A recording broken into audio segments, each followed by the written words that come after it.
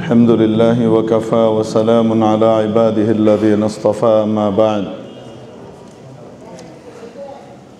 فقد قال الله تبارك وتعالى وهو معكم أينما كنتم والله بما تعملون بصير صدق الله مولانا العظيم واجب الاحترام حضرات علماء کرام আজিজ তলাবা ধর্মপ্রাণ ধর্মভীরু সর্বস্তরের সম্মানিত মুসল্লিয়ানে ইজাম, আজকে গোটা পৃথিবীতে যদি কাউকে দেখা যায় নির্যাতিত নিপীড়িত, যদি কাউকে পাওয়া যায় লাঞ্ছিত বঞ্চিত নিগৃহীত, তাহলে দেখা যায় মুসলমান। এ কথা বললে অত্যুক্তি হবে না যে আজকে মুসলমানের রক্ত পৃথিবীতে পানির চেয়েও সস্তা হয়ে গেছে।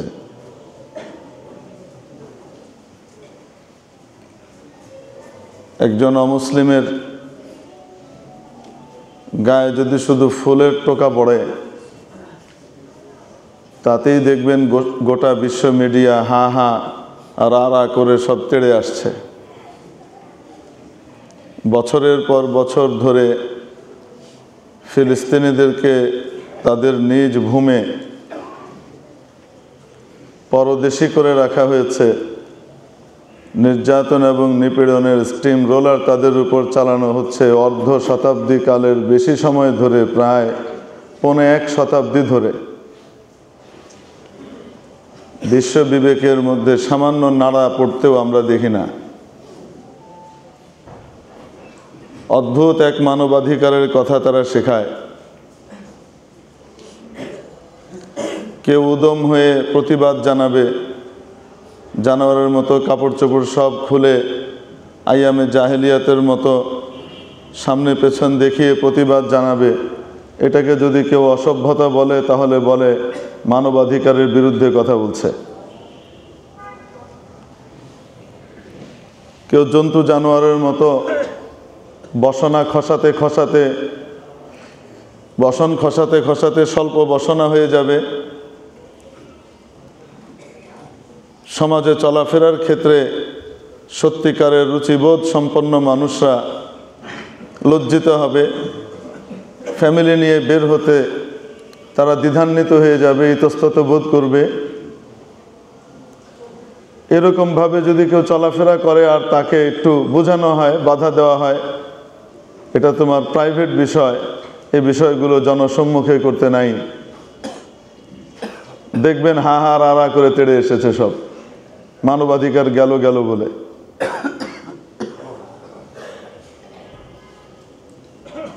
বেডরুমের কাজ,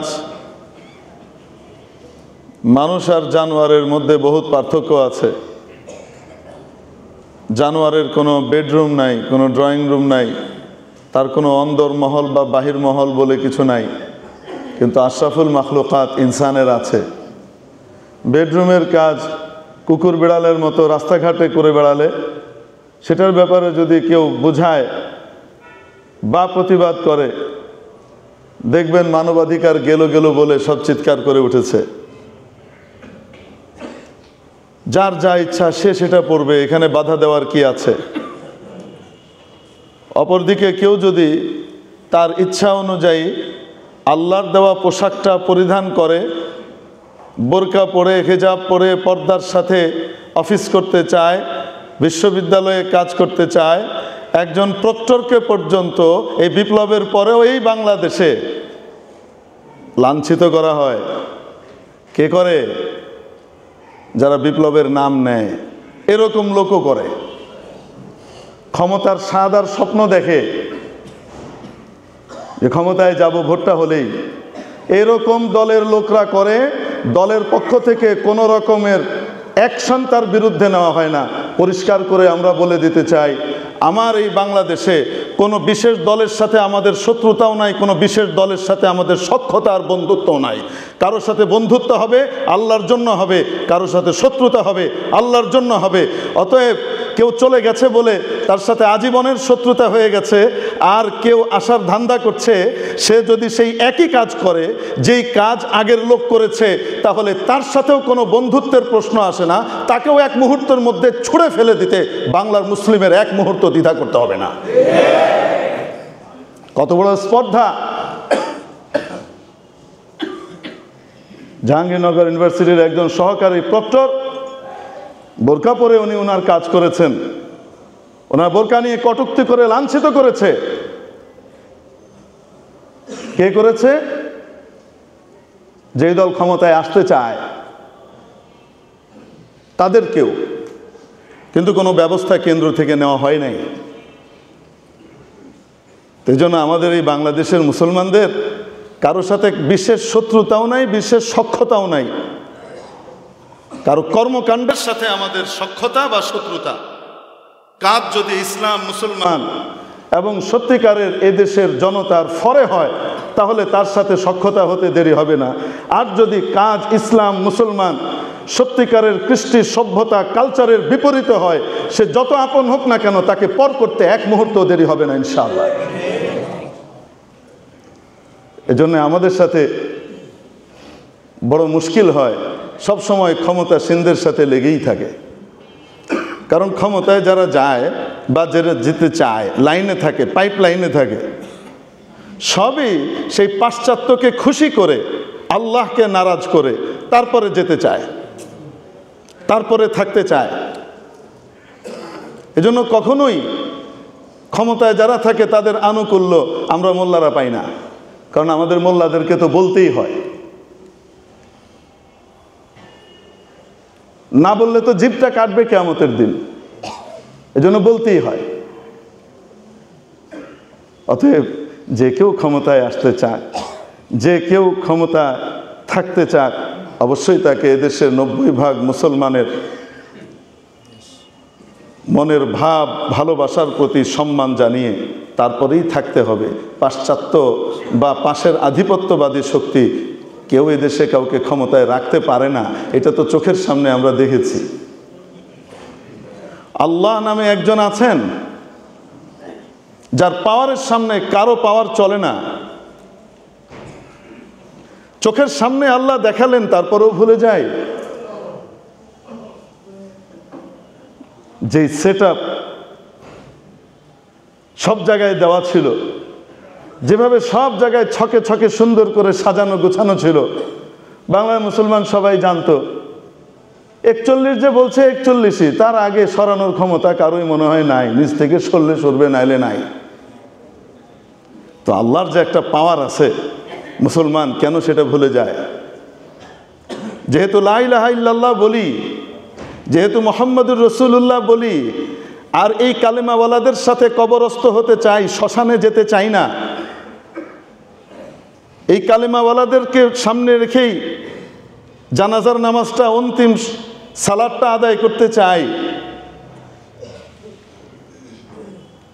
যেহেতু এটা চাই, এটা মনে করি, লা ইলাহা ইল্লাল্লাহ মুহাম্মদুর রাসূলুল্লাহ বলি, তাহলে আল্লাহর যে পাওয়ার আছে, আল্লাহ যে সর্বশক্তিমান, যখন যা ইচ্ছা তাই করতে পারেন।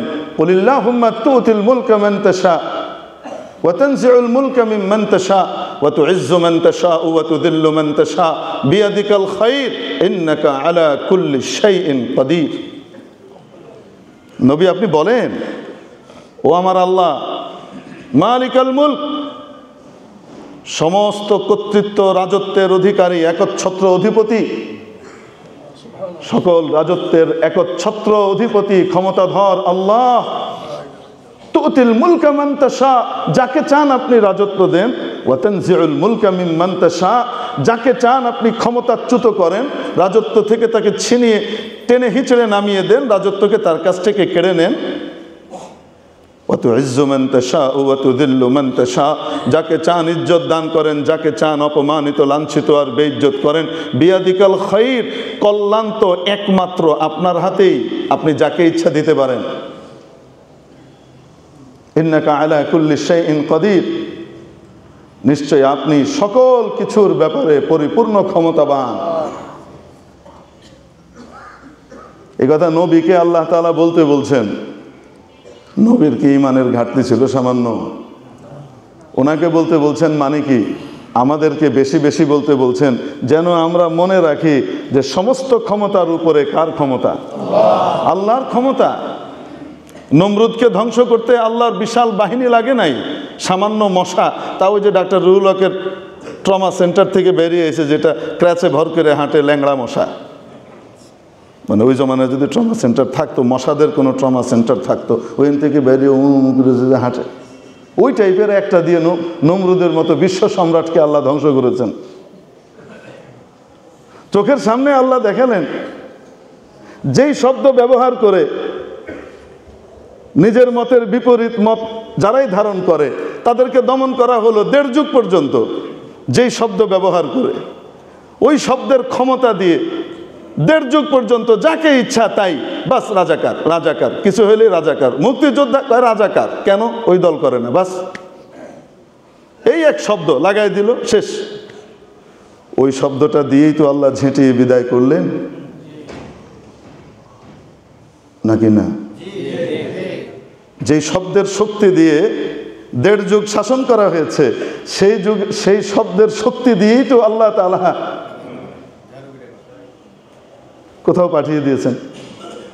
আমরা দোয়া করি আল্লাহ পাক সহি বুঝ দান করেন, জিন্দা আছে, হায়াত আছে, সহি বুঝ দান করেন, আল্লাহর পথে ফিরে আসবার তৌফিক আল্লাহ নসিব করেন।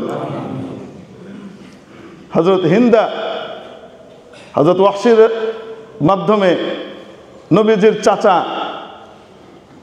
নবীজির আপন চাচা হযরত হামজার কলিজা চাবিয়েছে যে এরকম ভয়ঙ্কর মহিলা, সেই মহিলাকে আল্লাহ তাবারক ওয়া তাআলা হেদায়েত দিয়ে দেন নাই? উনি কি রাদিয়াল্লাহু আনহা হয়ে যান নাই? পৃথিবীর উম্মতের যে কোনো নারী, যে কোনো পুরুষের চেয়ে নবীর একজন সাহাবিয়া শ্রেষ্ঠ, যত বড় ওলি হোক না কেন। ওই চোখ কোথায় পাবে যেই চোখ দিয়ে সরওয়ারে কায়নাতকে দেখেছে? ওই কান কোথায় পাবে যেই কান দিয়ে সরওয়ারে কায়নাতের বাণী সরাসরি শুনেছে? ওই মজলিস কোথায় পাবে যেই মজলিসে বিশ্বনবী বসতেন আর সেখানকার কথা শুনতো? যতই উপরে উঠি পাবো না। আল্লাহ পাক তাদের জন্য শব্দই দিয়ে দিয়েছেন, রাদিয়াল্লাহু আনহুম ওয়া রাদু আনহু। আল্লাহ তাদের উপরে খুশি হয়ে গেছেন এবং তারাও আল্লাহর উপরে খুশি। এজন্যে সমস্ত আহলুস সুন্নাহ ওয়াল জামাতের আকীদা হলো এই, সাহাবীরা নিষ্পাপ নন, তাদের গুনাহ হয়, কিন্তু কোনো সাহাবী কবিরা গুনাহ সহকারে দুনিয়া থেকে যান নাই। আল্লাহ তার আগেই তাকে তওবা করিয়ে পরিষ্কার করে নিয়েছেন, না হলে তার জন্য আল্লাহর রেজামন্দির ঘোষণা প্রযোজ্য হতে পারে না। আল্লাহ পরিষ্কার করে নিয়েছেন, তুলনাই করা যাবে না সাহাবীদের সাথে। সাহাবীরা কেমন ছিলেন, তাদের মনটা কেমন পরিষ্কার ছিল। গত সপ্তাহের আগের সপ্তাহে এক বিয়ের ঘটনা বলেছিলাম না, প্রসঙ্গক্রমে এসেছিল যে এক সাহাবী আরেকজনকে পাঠিয়েছে, ভাই যাও আমার নামে একটু প্রস্তাব দাও, ওই বাড়িতে একটু ভালো মেয়ে আছে, আমার জন্য একটু প্রস্তাব দিয়ে তুমি ঘটকালি করো আর কি। ঘটক সাহেব যাওয়ার পরে তাকে বলছে যে তাকে তো অত ভালো চিনি না, তোমারও পছন্দ হয়েছে, তুমি চাইলে তোমার লোকে বিয়ে দিয়ে দিই। আচ্ছা ঠিক আছে, আমারও তো বিয়ে লাগবে, ঠিক আছে। বিয়ে করে চলে আসছে, এসে বলতেছে ঘটনা তো ঘটে গেল, বলল তোমার জন্যই প্রস্তাব দিয়েছিলাম, তোমার ব্যাপারে যা যা বলার প্রশংসনীয় যা কিছু সব কিছুই বলেছি। তারা বলেছে ও তাকে দেবো না, অত কিছু না, তুমি যদি চাও তো তোমাকে দিয়ে দিতে পারি। তো আমি তো বিয়ে করে চলে এসেছি। আমরা হলে কী কইতাম? আমরা হলে কী কইতাম? জীবনে কোনোদিন কথা বলতাম? আর ওই সাহাবী কি বলতেছেন, ইন্না লিল্লাহ ইন্না লিল্লাহ। কত লজ্জার কথা, কত লজ্জার কথা। আল্লাহ পাক যাকে আপনার জন্য বরাদ্দ করে রাখছেন, আমি তার জন্য প্রস্তাব পাঠাইছি, এর চেয়ে লজ্জার বিষয় আর কি হতে পারে? এই হলো সাহাবী, এই হলো সাহাবী। নবীর আপন চাচার কলিজা চিবিয়েছে যে সেই ভয়ঙ্কর মহিলাকে আল্লাহ তাবারক ওয়া তাআলা হেদায়েত দিয়ে সাহাবিয়া বানাই দিয়েছেন। তার ব্যাপারে রাদিয়াল্লাহু আনহা বলতে হয় সম্মানের সাথে। তো আল্লাহ পাক পৃথিবীর যে কোনো পুরুষকে, যে কোনো নারীকেই হেদায়েত দিয়ে দিতে পারেন যদি হায়াত থাকে। এজন্য আমরা দোয়া করি যে যারা ভুল করেছে, অন্যায় করেছে, আল্লাহ তাআলা তাদেরকে বুঝবার তৌফিক দান করেন, সহি পথে আসবার তৌফিক দান করেন। আর যারা এখনো মানে বুঝতে পারছে না, ক্ষমতায় যাওয়ার খুব শখ আছে, ক্ষমতায় যাবে, বোরকার বিরোধিতা করে বোরকারে খোঁচা মেরে চাঙ্গে উঠায় থুয়ে দেওয়া হবে, যেন কার সাথে বিশেষ খাতির নাই কারোর সাথে।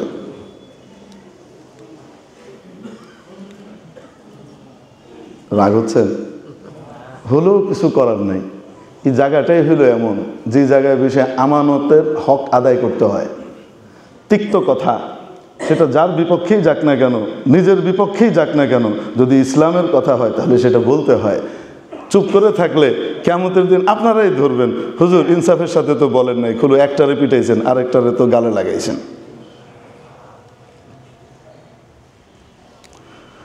মেরে মুহতারাম দোস্ত, এই জন্য বলছিলাম আল্লাহর পাওয়ার আছে না নাই?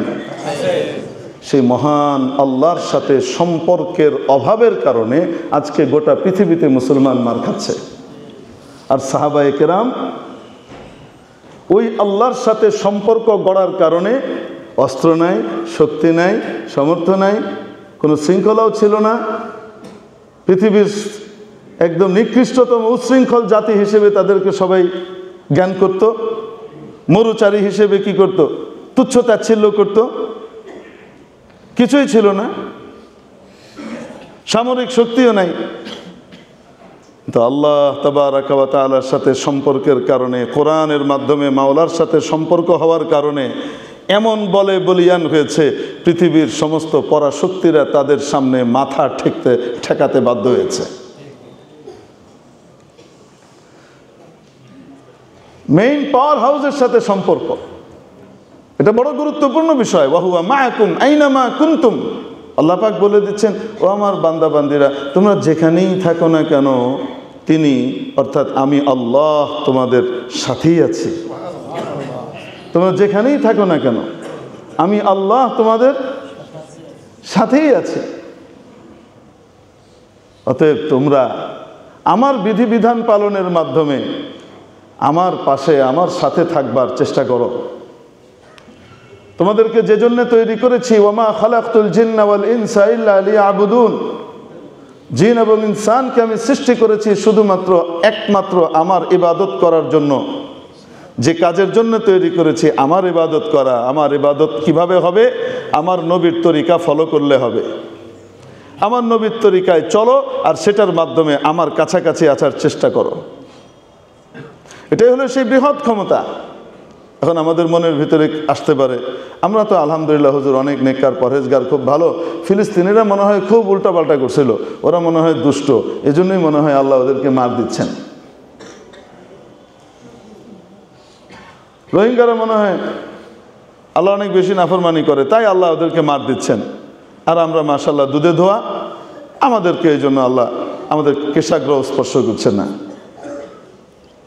এরকম আমাদের মনে কিন্তু শয়তান এসে ধোঁকা দিতে পারে, এটা একটা কমন ধোঁকা। শয়তান এই ধরনের ধোঁকা কিন্তু আমাকে আপনাকে দেয়। উত্তর নবীজির হাদিসের ভিতরে বিদ্যমান। নবীজি বলেছেন, আল মুসলিমুনা কা জাসাদিন ওয়াহিদ, গোটা পৃথিবীর সমস্ত মুসলমান এক শরীরের মতো, একটা শরীরের মতো। এবার আপনি হিসাব করেন, সাপের দংশন হয়েছে পায়ে, পায়ে বিষ ঢুকেছে,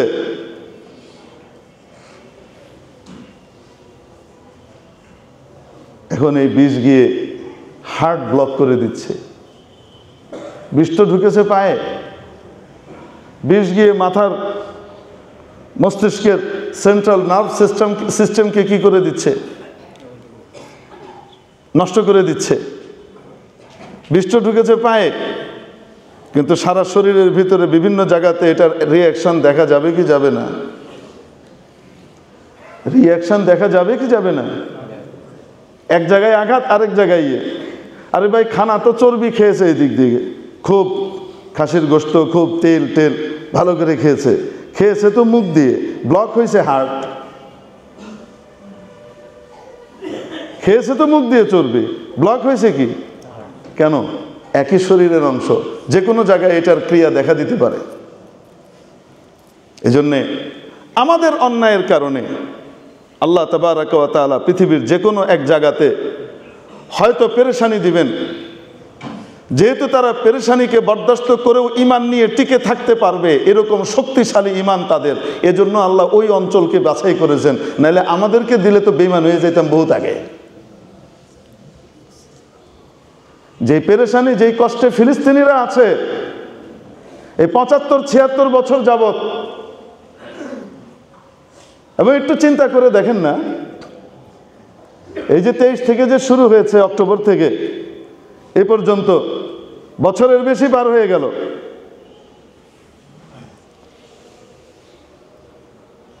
একজনকেও আপনি বলতে শুনেন নাই যে হামাস কেন আক্রমণ করলো, এজন্য আমাদের এই বিপদ।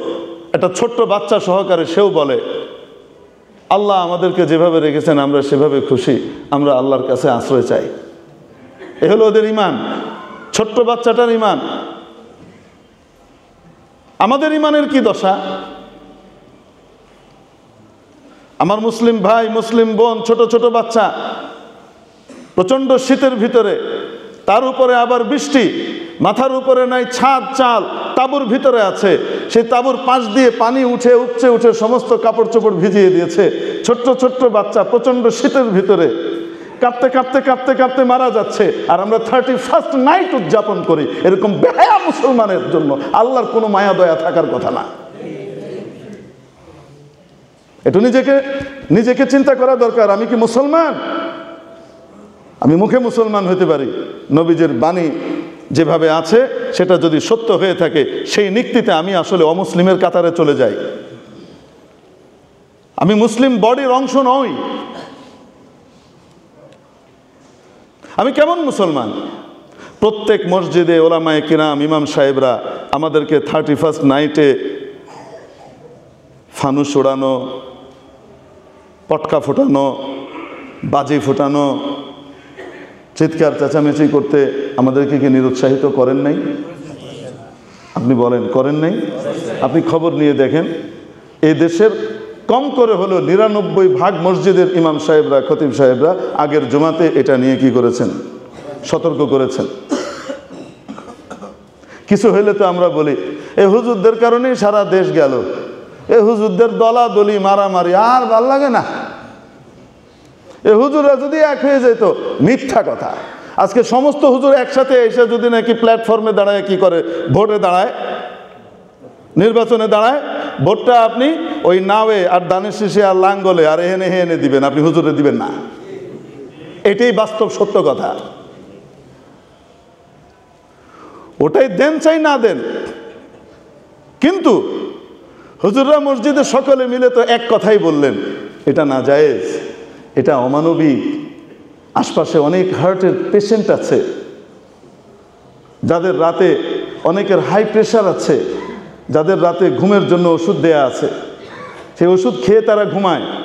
এই পটকা ফোটার কারণে তাদের মৃত্যুর আশঙ্কা আছে, তাদের ডিজিজ বেড়ে যাওয়ার আশঙ্কা আছে। কত কিছু বলা হচ্ছে। এই ফানুস উড়ানোর কারণে বিভিন্ন জায়গায় আগুন লেগে যেতে পারে। এই ফানুস উড়ানোর কারণে একদম অথেন্টিক সংবাদে 2টো বাচ্চা পুড়ে মারা গেল। এই ফানুসের আগুনে উল্টে গিয়ে পড়ে 2টো বাচ্চা পুড়ে মারা গেল, ছোট ছোট বাচ্চা। আর একটা ছেলে তার নিজের বেডরুমের ভিতরে দগ্ধ হয়ে গেল। তার বাবা মাও বুঝতে পারে নাই, টের পায় নাই। ছেলের সকালে এক্সাম, এই জন্য সে আগে ভাগে ঘুমিয়ে পড়েছে। এই বাচ্চাটা পুড়ে মারা গেল কেন? ফানুস উড়ানোর কারণে। যখন সরকারের পক্ষ থেকে, পুলিশের পক্ষ থেকে, আইন শৃঙ্খলা রক্ষাকারী বাহিনীর পক্ষ থেকে বলা হলো এটা নিষেধ, এটা না করা হোক, আলহামদুলিল্লাহ পুলিশ বাহিনী এর আগেও, গতবারও তার আগেও পুলিশ বাহিনীর পক্ষ থেকে কিন্তু নির্দেশনা ছিল এ পটকা ফোটানো যাবে না, বাজি ফোটানো যাবে না, তারা কি করবে, বেলেল্লাপনা করা যাবে না, তারা পাহারা দিবে, টহল দিবে, দিয়েছে। কিন্তু আপনি যদি চিন্তা করি, আমি পুলিশকে কি করব? কাঁচকলা দেখাবো? আপনি পুলিশকে কাঁচকলা দেখেন নাই, নিজের বিবেককে কাঁচকলা দেখিয়েছেন। যখন বাচ্চারা ছোট থাকে না, তখন মনে করে কি, পড়া যদি ফাঁকি দিতে পারি তাহলে আমার চেয়ে বড় সাকসেসফুল সফল কাম আর কেউ নাই। বাচ্চারা যখন পড়ে ছোটবেলায়, তো পড়তে তো মন চায় না, আসলে খেলতে মন চায়। আমি ছোটবেলায় মনে মনে কি করতাম, আমি বলতাম আমি যেদিন বাবা হব ইনশাল্লাহ আমি জালেম হব না। আমি আমার ছেলে যখন ইচ্ছা তখন বাইরে যেতে চাই, আমি দরজা খুলে দিব। সে যদি বলে আমি এখন পড়বো না, আমি এখন ঘুমাবো, আমি বলবো আব্বু তুমি ঘুমাও, কোনো অসুবিধা নেই, তোমার পড়ার দরকার নেই। ঠিক আছে, আমি যখন বাবা হব তাই করব। ছোটবেলায় তো বিরাট ইনসাফ প্রতিষ্ঠা করছি। বাবা হওয়ার পরে কাহিনীটা কি, আমার বাপ যা করছে আমিও তাই করতেছি। আমার আম্মু যা করেছেন আমিও তাই করি, আমার বেগমও তাই করবে। কেন? তখন বুঝ ছিল না, এখন বুঝ এসেছে। খেলাধুলা জীবন নয়, জীবন তো পড়াশোনা।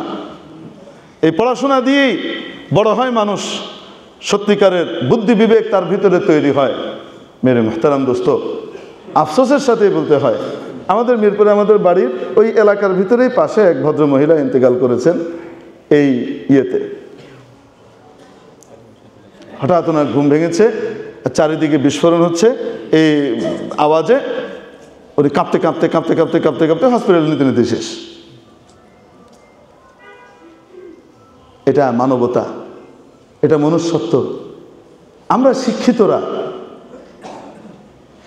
শিক্ষিতরা যারা হায়ার গ্রেডের শিক্ষিত, তারা এগুলো উদযাপন করি, তাদের বাচ্চারা উদযাপন করে, আমরা তাদেরকে বোঝাইও না, মানাও করি না। আমরা মনে করি এটা স্বাধীনতা। আমাদের বিবেক কোথায় গেল? ফিলিস্তিনিদেরকে নিয়ে নালে পরেই চিন্তা করলাম, আমার দেশের হার্টের রোগী আমার কাছে নিরাপদ না, আমি মানুষ মেরে ফেলছি। আমি সামান্য আনন্দ করতে গিয়ে ফানুস উড়িয়ে মানুষের ঘর বাড়ি পুড়িয়ে দিচ্ছি।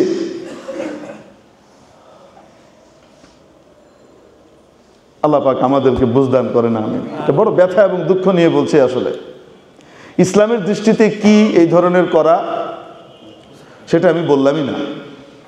ইসলামের কথা বললে অনেকের পছন্দ হবে না, সবাই জানে। ইসলাম এটাকে পছন্দ করে না অপছন্দ করে সবাই জানে।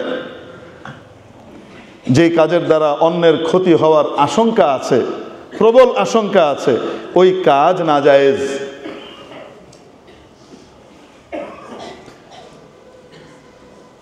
এরকম কাজ আমরা করছি, আর আমরা এটাকে মনে করি যে মানে এখন আপনাকে আর কি বলবো বলেন।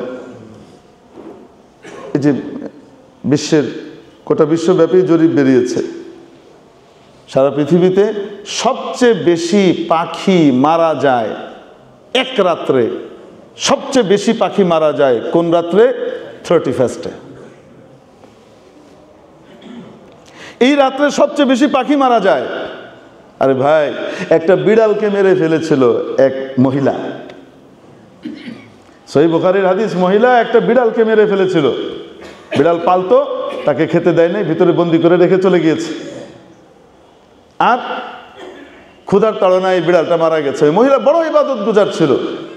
নবীজি সাল্লাল্লাহু আলাইহি ওয়াসাল্লাম ফয়সালা দিয়েছেন এবং জানিয়েছেন ওই মহিলাকে জাহান্নামী বানানো হয়েছে একটা বিড়াল মারার কারণে। আমার আপনার বাড়ির আশপাশে কত হাজার হাজার পাখি থাকে, ওই পটকা ফুটার কারণে, আতশবাজির কারণে। যে সময় অন্ধকার, আল্লাহ তো তাকে অধিকার দিয়েছেন সে ঘুমানোর, সে ঘুমাচ্ছে। ওই সময় হঠাৎ বিশৃঙ্খলভাবে চারিদিকে একসাথে আলো ফুটছে। বেচারি এক জায়গা থেকে আরেক জায়গায় যাবে, যেখানেই যায় সেখানেই আলো, সেখানেই ফটফট আওয়াজ।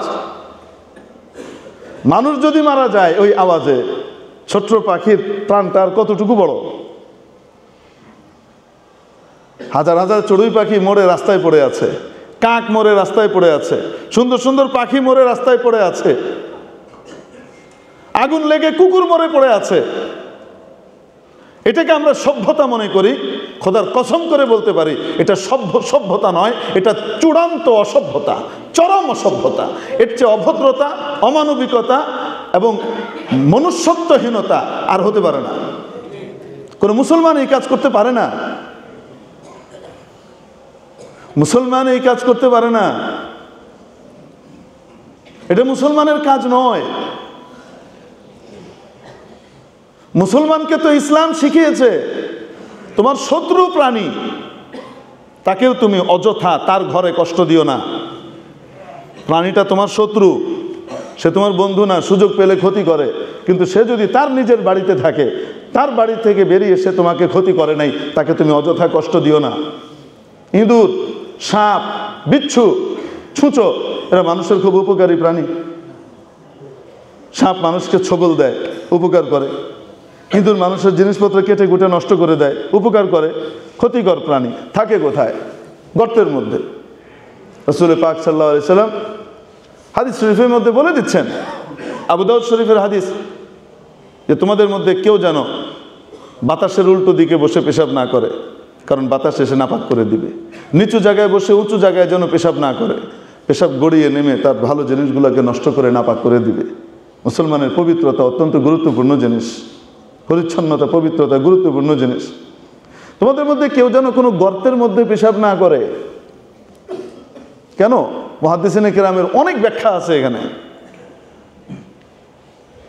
সবচেয়ে গ্রহণযোগ্য যে ব্যাখ্যাগুলো, তোর মধ্যে অন্যতম একটা ব্যাখ্যা হলো, অন্য হাদিস দিয়ে তারা দেখিয়েছেন যে এই গর্তের ভিতরে আল্লাহর মাখলুক থাকে।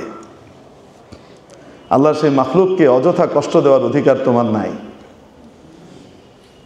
একটা সাপের অধিকার, একটা ইঁদুরের অধিকার, যে ইসলাম রক্ষা করা শেখায়, সেই ইসলাম কিভাবে এমন উৎসব পালন করার অনুমোদন দিতে পারে যেই উৎসবের মাধ্যমে মানুষ আশরাফুল মাখলুকাত মারা যায়, আশরাফুল মাখলুকাতের প্রাণহানি হয়, অঙ্গহানি হয়, সম্পদহানি হয়, এবং শত শত হাজার হাজার নিরপরাধ আল্লাহর মাখলুক পশু পাখির হত্যার কারণ হয়। যারা করেছি, না বুঝে করেছি, তওবা করে ফেলি, জীবনে ইনশাআল্লাহ আর কোনোদিন করব না, কোনোদিন করব না ইনশাআল্লাহ। সারা দুনিয়া করলেও আমি করব না। আমি একজন মুসলমান, আমাকে আল্লাহ ইসলাম দান করেছেন, মুসলমানের ঘরে জন্ম দিয়েছেন, কত বড় নিয়ামত। আল্লাহ চাইলে তো হিন্দুর ঘরে জন্ম দিতে পারতেন, খ্রিস্টানের ঘরে জন্ম দিতে পারতেন, ইহুদির ঘরে জন্ম দিতে পারতেন, নাস্তিকের ঘরে জন্ম দিতে পারতেন, বৌদ্ধের ঘরে জন্ম দিতে পারতেন। আমার সেক্ষেত্রে আমার হেদায়েত পাওয়াটা কত কঠিন হতো চিন্তা করে দেখেন। ইসলাম পাওয়াটা, চিরস্থায়ী জাহান্নাম থেকে বেঁচে যাওয়াটা কত কঠিন হতো কল্পনা করে দেখেন। আল্লাহ পাক ফ্রি ফ্রি ইসলাম দিয়ে দিয়েছেন। বাবা মুসলমান, মা মুসলমান, দাদা দাদি নানা নানি মুসলমান, মুসলিম পরিবারে জন্মগ্রহণ করেছি, ফ্রি ফ্রি মুসলমান হয়ে গেছি, কোরবানি দিতে হয় নাই, এজন্য ইসলামের জন্য মায়া নাই। যদি কোরবানি দিতে হতো তাহলে মায়া থাকতো। আমেরিকাতে যান, ইউরোপে যান, ওখানে রাষ্ট্র ক্ষমতা ইসলামের অনুকূলে সবকিছু করে না। হ্যাঁ, কেউ ইবাদত করতে চাইলে তার অধিকার আছে, তাকে বাধা দেয় না, তার ইবাদতে তাকে বাধা দেয় না। কিন্তু জনগণ যে সবাই একরকম তা না, রাষ্ট্র ক্ষমতায় সবসময় যে মানুষ একই রকম আসবে তা না। কেউ কেউ বড় উল্টো পাল্টা টাইপের হয়, ধর্মবিদ্বেষী লোকও আসে, কত কিছুর উপরে কত রকমের বিধিনিষেধ আরোপ করে রেখে দেয়। এই ফ্রান্সেই তো ছিল, হিজাব লাগালে $এত, এত ফ্রাঙ্ক জরিমানা, মুখ ঢাকলে এত জরিমানা। আমি জানি না এখনো তাদের ভিতরে আছে কিনা, 2 বছর 3 বছর আগেও ছিল। ওখানকার নারীরা দেখেন নও মুসলিম হয়। আমার মুসলমানের বাচ্চা মুসলমানকে মাথায় টুপি আনানো যায় না, জুমার নামাজে আনানো যায় না, 5 ওয়াক্ত নামাজে আনানো যায় না। খ্রিস্টান থেকে, ইহুদি থেকে মুসলমান হয়েছে, মাথা থেকে পা পর্যন্ত দেখলে নবীজি মুহাম্মদুর রাসূলুল্লাহ সাল্লাল্লাহু আলাইহি ওয়াসাল্লামের সূরত আর সিরত দেখা যায়।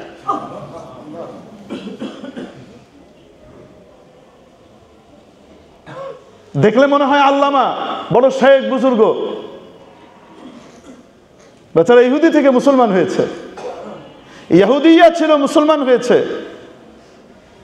খ্রিস্টান নারী ছিল মুসলমান হয়েছে, মাথা থেকে পা পর্যন্ত সে হিজাবে চলে এসেছে। কারণ তাকে প্রতিকূল সুরত স্রোতের ভেতর দিয়ে যেতে হয়, আনুকূল্যের ভেতরে নাই। ইসলামের জন্য তাকে ত্যাগ দিতে হয়, কোরবানি দিতে হয়। এজন্য বেলালে হাবশির যেমন ত্যাগ আর কোরবানি দেওয়ার কারণে ইসলামের জন্য মায়া ছিল, আবু বকর সিদ্দিক, ওমর ইবনুল খাত্তাবের যেমন ইসলামের জন্য ত্যাগ দেওয়ার কারণে ইসলামের জন্য মায়া ছিল, খাব্বাব ইবনুল আরাত রাদিয়াল্লাহু আনহুম এনাদের যেমন ইসলামের জন্য কোরবানি দেওয়ার কারণে ইসলামের জন্য মায়া ছিল। আমাদের তো ইসলামের জন্য কোরবানি দেওয়া লাগে নাই, অন্য কিছুর জন্য আমরা কোরবানি দেই। গণতন্ত্র প্রতিষ্ঠার জন্য দেই, বেশির চেয়ে বেশি, খুব ভালো জিনিস যেটা আমরা মনে করি, ওটার জন্য দেই, এটার জন্য দেই, ওটার জন্য দেই। ইসলাম প্রতিষ্ঠার জন্য আমাকে আপনাকে কোরবানি দিতে হয়েছে, ইসলামের উপরে টিকে থাকবার জন্য কোরবানি দিতে হয়েছে। খুব কম আমার দেশে আলহামদুলিল্লাহ এখনো পর্যন্ত আগের আমল বলেন, এই আমল বলেন, এখনো পর্যন্ত ঢালাওভাবে ইসলামের ব্যাপারে অনেক নমনীয়তা আমাদের দেশে এখনো আছে। অনেক অনুকূল প্রবাহের ভেতর দিয়ে আমরা যাই। মাইকে আজান দিবেন জোরে, মানবাধিকারের দেশ আমেরিকাতে দেখেন তো মাইকে জোরে আজান দিয়ে দেখেন তো, মসজিদে উপরের মাইকে আজান দেওয়া যায়? উপরের মাইকে লাউড স্পিকারে আজান দেওয়া যায়? বড় মাইকে পুরো এলাকায় আজান শোনা যাবে না? আজান তো দিবে কোথায়? মসজিদের ভেতরে সাউন্ড বক্স, এর ভেতরে আজান হচ্ছে, এই ভেতরেই আওয়াজ। আবার ওই কাঁচের বাইরে যেন আওয়াজ না যায়, এটার জন্য সতর্কতা অবলম্বন করতে হয়। কারণ কোনো নেইবার যদি দুষ্ট প্রকৃতির হয়, সে খামাখা ফোন করে বলবে আমার জন্য বড় অসুবিধা হচ্ছে, এদের ব্যাপারে ব্যবস্থা নেওয়া। এটা বেশ দুষ্ট আছে, ভালো যেমন আছে দুষ্ট আছে। ওরা ইসলামের জন্য ত্যাগ দেয়, কোরবানি দেয়, কষ্ট দেয়, মেহনত করে, মুজাহাদা করে।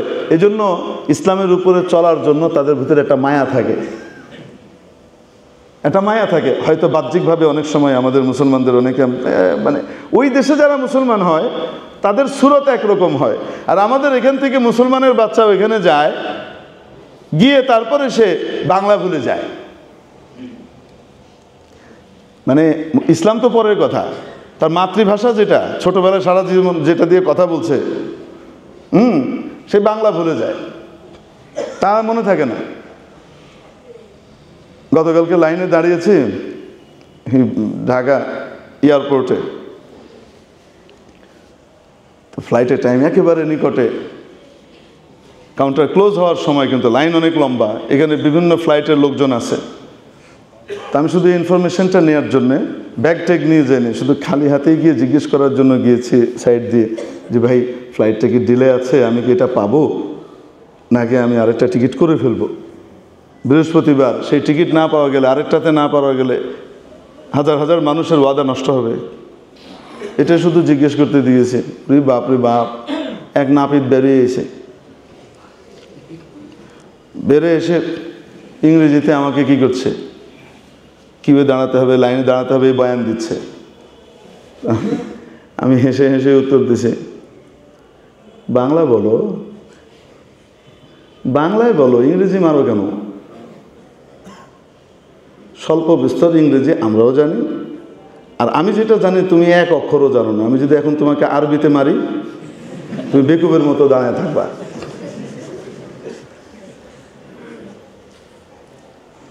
তো আমরা তো কি নিজের মাতৃভাষা বাংলা ভুলে গেছি। বাবারে বাবা, সে কি হনুরে, মুই কি হনুরে, মানে পেয়ে গেছে, আমি সব পাওয়ার দেশ আমেরিকার ভিসা পেয়ে গেছে, আমি ওখানে গ্রিন কার্ড পেয়ে গেছি, আমার আর পাইকে, আমি তো জান্নাতুল ফেরদাউসে অ্যালটমেন্ট নিয়েই নিছি। এমন একখান ভাব। সবার না, সবার না, কারো কারো এই অবস্থা হয়। আবার অনেকের এমন হয় যে এখানে নামাজ ঠিক মতো পড়তো না, আমেরিকায় যাওয়ার পরে একটা ওয়াক্ত নামাজ ছাড়ে না। কারণ সেখানে গিয়ে সে যখন প্রতিকূল আবহাওয়ার ভিতরে থাকে ইসলামের ব্যাপারে, তার ভিতরে সেই ইসলামী চেতনাটা জেগে ওঠে, হায় রে আমার ইসলাম, আমি মুসলমান, আমি তো মুসলমান, আমাদেরকে তো কোনো কোরবানি দেওয়া লাগে না রে ভাই। এই জন্য আমাদের ইসলামের জন্য মায়া নাই। অন্যান্য দেশে আমি দেখেছি এক মসজিদের ভিতরে, মনে করেন আমার এই মসজিদে আরেক মসজিদের জন্য ফান্ড কালেকশনের জন্য লোক আসছে, মানে তারা ওইখানে একটা মসজিদ করবে, একটা জায়গা পেয়েছে, সেখানকার জমির জন্য কি দরকার, টাকা পয়সা দরকার। তো ওই মসজিদওয়ালারা টাকা সংগ্রহের জন্য কোথায় এসেছে? মনে করেন আমার মসজিদে এসেছে, আপনার মসজিদে, বিভিন্ন মসজিদে গিয়েছে। কোনো মুসল্লি এই কথা বলে না, তোমার ওইখানে মসজিদে তুমি তুমি তুমি ওইখান থেকে ফান্ড কালেকশন করবা, আমাদের মসজিদ করতে হবে না। কোনোদিন কোনো মুসলমান এই কথা বলে না, কমিটিও এই কথা বলে না। বরং কমিটির সাথে আলাপ করলে তারা বলে ঠিক আছে আমরা ফান্ড রাইজের ব্যবস্থা করে দিচ্ছি। কেন বলেন তো দেখি? প্রতিকূল পরিবেশের ভিতরে আছে, সে বুঝে ওই জায়গায় আরেকটা মসজিদ হওয়া মানে আমার আল্লাহর ঘর হচ্ছে, এটা যেমন আমার আল্লাহর ঘর ওইটাও আমার আল্লাহর ঘর, সেইটা অনুভব করে। আমি যদি ভুল বলি তো আমাকে আপনারা শুধরে দিয়েন। আপনারা তো সবাই আমেরিকা, ব্রিটেন, জাপান ঘুরে আসেন, মাশাআল্লাহ এই এলাকার মানুষ অনেক, আলহামদুলিল্লাহ যাওয়া আসা আছে আপনাদের। ভুল বলছি না ঠিক বলছি? আমি চোখের সামনে দেখা জিনিস বলছি, কারোর কাছে শুনে বলছি না। মেরে মুহতারাম দোস্ত, এই জন্য আমাদের চারিদিকে যে আমরা মার খাচ্ছি, এই মার খাওয়ার বড় কারণ হলো যে আমাদের সাথে আল্লাহর সাথে সম্পর্ক ছিন্ন হয়ে গেছে। আসলে আমরা কিছু আনুষ্ঠানিকতা পালন করি, আমরা কিছু বডি, ইবাদতের বডি সামনে নিয়ে আসি, কিন্তু সেই বডির ভিতরে যে রূহ দরকার, জান দরকার, প্রাণ দরকার, সেই প্রাণটার অনুপস্থিতি প্রকটভাবে বিদ্যমান। এজন্য সম্পর্ক গড়া দরকার আল্লাহর সাথে। তো তাই বলছিলাম যে ফিলিস্তিনিরা কষ্ট করছে কেন? কারণ ওরা খুব অন্যায় করেছে, আর আমরা খুব ভালো মানুষ, তাই এখানে কিছু হচ্ছে না। এই জন্য বললাম যে উত্তর নবীজি সাল্লাল্লাহু আলাইহি ওয়াসাল্লাম দিয়ে দিয়েছেন আমাদেরকে হাদিসের ভিতরে। শরীরের একটা অংশ যদি আক্রান্ত হয় তাহলে সেই অংশ না, ওই অংশের কারণে অন্য অংশে যে কষ্ট বেশি হয়।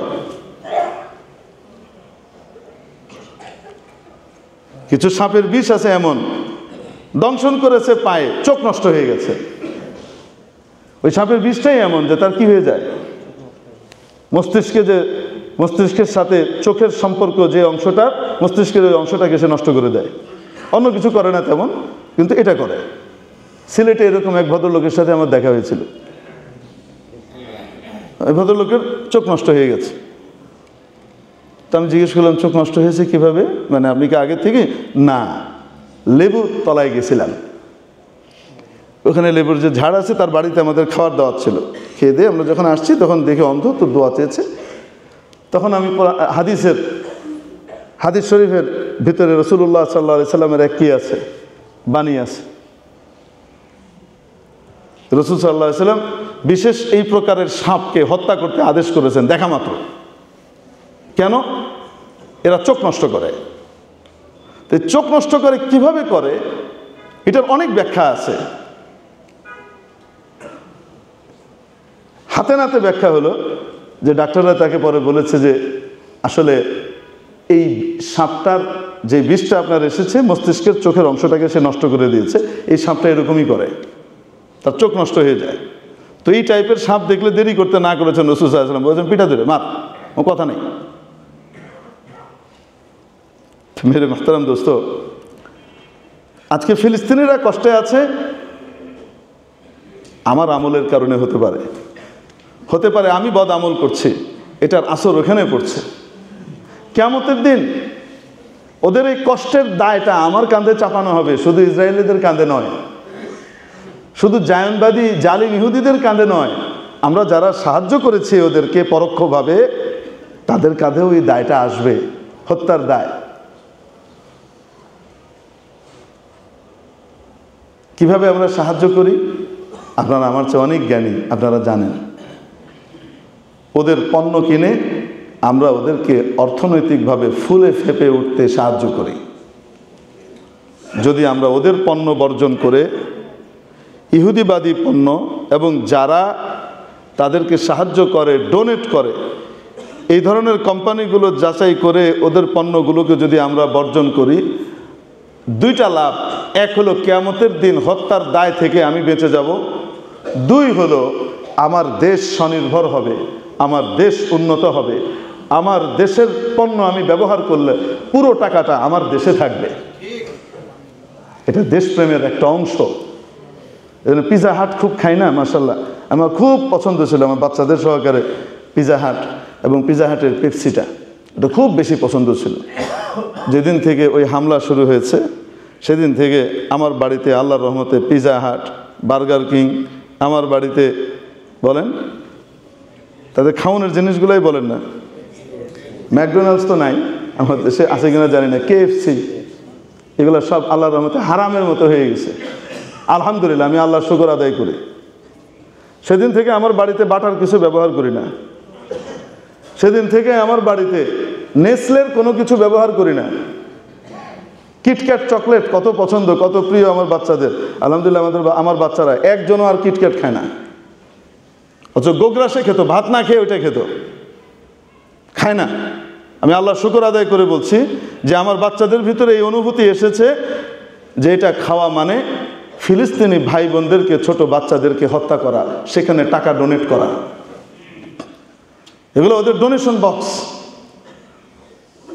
সেদিন থেকে আমার বাড়িতে কোক, পেপসি আল্লাহর রহমতে বন্ধ। আমি আমল করি, আমি আপনাদেরকে বললাম, আশা করি আপনারাও আমল করবেন।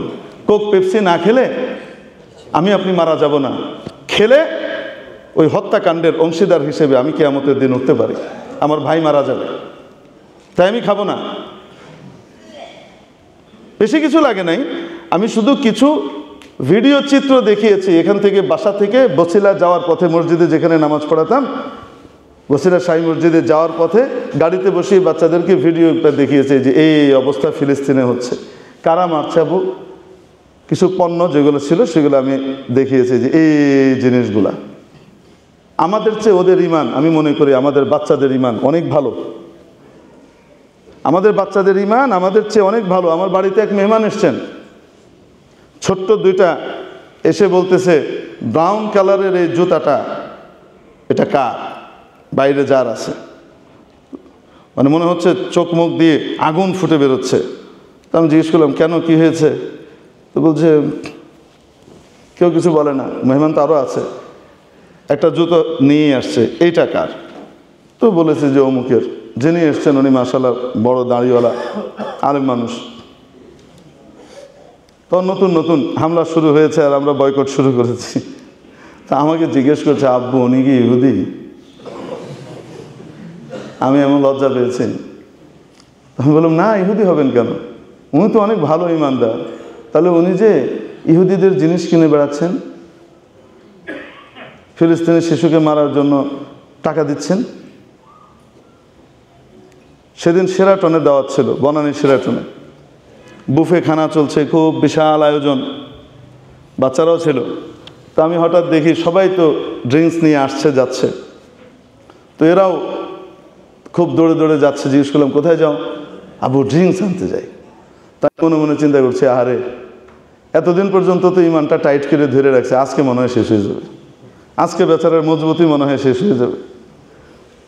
আমি কিছু বলিনি, আমি মনে মনে চুপচাপ বসে বসে খাচ্ছি। এর ভিতরে দেখি একটু পরে সবগুলা মুখ পাংশু করে ফিরে আসছে। কি ব্যাপার, খেলে না? সব পেপসি, কোক, স্প্রাইট, এগুলা, মজো নাই। তো তোমরা খাও? না খাবো না। তো আলহামদুলিল্লাহ আমার কাছে মনে হয় আমাদের বাচ্চাদের, আমার আপনার যে বাচ্চারা আছে না, ওদের ইমান আমাদের চেয়ে অনেক ভালো। যদি আমরা শুধু তাদেরকে একটু শিখাই, তা খাবে না এগুলা। আর যখন বয়কট হয়েছে, বয়কট হলে কিন্তু তখন এরা এই জিনিসটাকেই ভয় পায়, অর্থনৈতিক বয়কট। এটা ওদের বিরাট ভয়ের জায়গা, সব কিছু চেঞ্জ করে লেঙ্গুর তলে দিয়ে দেয় এটা যখন হয়। তো আমরা চেষ্টা করবো ইনশাআল্লাহ, আল্লাহ পাক ফিলিস্তিনিদের পাশে দাঁড়াবার তৌফিক দান করে। বড় ভয়ানক অবস্থা, বাচ্চা, মায়ের সামনে বাচ্চা কাঁপতে কাঁপতে থেমে গেল, মা ঝাঁকি দিচ্ছে, প্রচণ্ড বৃষ্টি, আবার ভয়ঙ্কর শীত, ঠান্ডা, এই অবস্থার ভেতর দিয়ে তারা যাচ্ছে। আমরা যদি পারি, কারো যদি জানাশোনা থাকে, তৌফিক থাকে, ওখানে কিছু সাহায্য করবার যদি করে ব্যবস্থা থাকে তো সাহায্য করি। আর যদি পাঠাতে না পারি, কমপক্ষে শত্রুদের হাত যেন শক্তিশালী না হয়, এতটুকু যেন করতে পারি। আল্লাহ আমাদেরকে সে তৌফিক দান করেন। এবং এটা হাদিস দ্বারা সমর্থিত। আমি যেটা বললাম এটা কোনো আমার নিজের মন গড়া বিষয় নয়। শত্রুর অর্থনৈতিক ক্ষমতাকে পঙ্গু করা, ইসলাম বিরোধী শক্তির অর্থনৈতিক ক্ষমতাকে ধ্বংস করা, এইটা ইসলামের শিক্ষা বয়কটের মাধ্যমে। সহিহ বুখারীর ভিতরে হাদিস আছে,